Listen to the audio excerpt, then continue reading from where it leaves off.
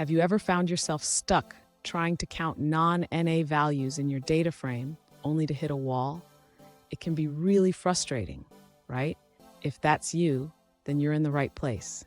Today, we're going to tackle how to count non-NA values by group using dplyr. I totally get it. You want to analyze your data effectively, but when your code doesn't work, it can feel like you're hitting your head against a wall. You're not alone in this struggle.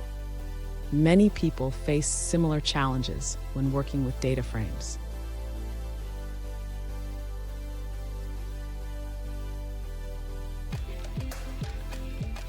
Here's the specific situation we're looking at.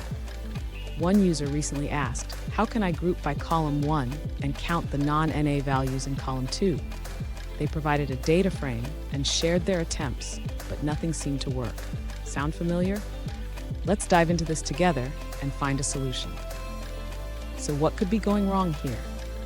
When using dplyr, it's essential to use the right functions to count non-NA values. We'll break down the correct approach step by step so you can get your desired results. And don't go anywhere. I've got a powerful tip at the end that will help you streamline your data analysis process even further. To count non-NA values by group using dplyr, the user should start by loading the dplyr package. This is essential for using the functions we need. Next, the user can group the data frame by col1. This is done using the groupby function, which prepares the data for summarization. Now the user should summarize the group data to count the non-NA values in col2.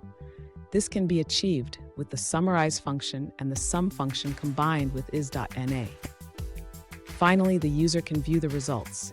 This will show the count of non-NA values for each group in col1. Fun fact, did you know that the dplyr package is named after the French word dipler, which means to manipulate?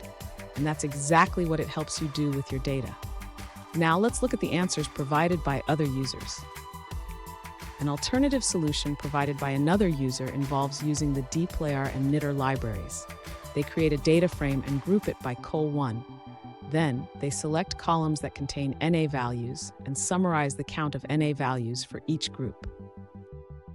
Here's the powerful tip I promised. Always check the documentation for dplyr functions. It can save you a lot of time and help you discover new ways to manipulate your data effectively. And there you have it. You should now be able to count non-NA values by group in your data frame. Remember, practice makes perfect.